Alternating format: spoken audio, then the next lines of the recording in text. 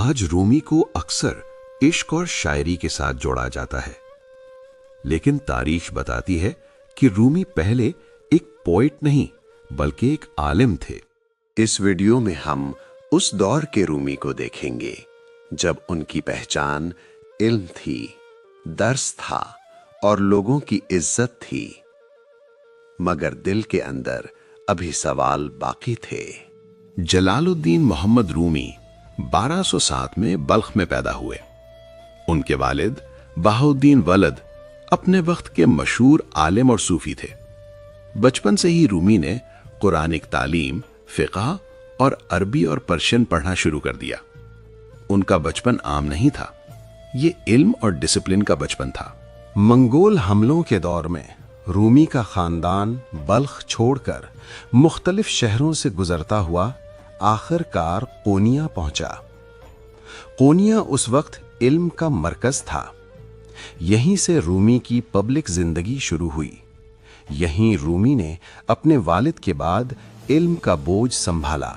رومی مدرسہ چلاتے تھے، فقہ پڑھاتے تھے، سوالوں کے جواب دیتے تھے۔ ان کے درس میں علماء ہوتے تھے، طلبہ ہوتے تھے، شہر کے اہم لوگ ہوتے تھے۔ رومی اس وقت علم کا مرکز تھے۔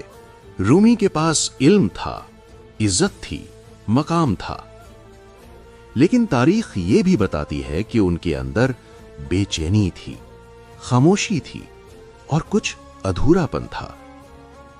وہ دوسروں کو راستہ دکھا رہے تھے، لیکن خود ایک موڑ پر رک گئے تھے۔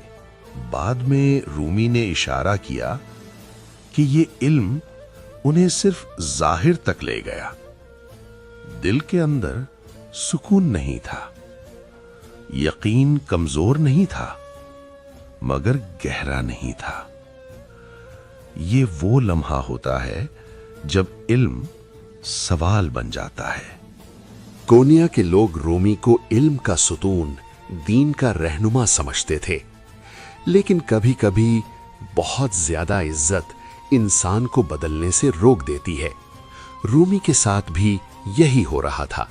یہ وہ وقت تھا جب رومی باہر سے پورے لگتے تھے، لیکن اندر سے کچھ کمی محسوس ہوتی تھی۔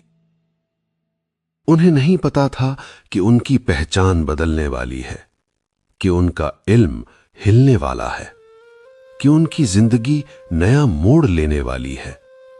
شمس ابھی آئے نہیں تھے، لیکن رومی تیار ہو چکے تھے۔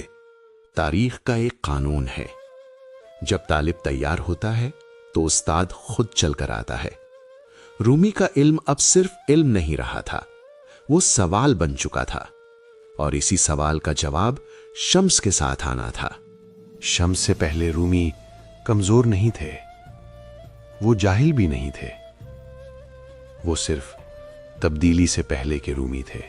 اس کہانی کا سب سے بڑا سبق یہ ہے، علم اگر انسان کو نہ بدلے تو وہ صرف بوجھ بن جاتا ہے۔ اور کبھی کبھی زندگی میں ایک انسان آتا ہے جو ہمیں کچھ نیا نہیں سکھاتا، صرف ہمیں خود سے روبرو کر دیتا ہے۔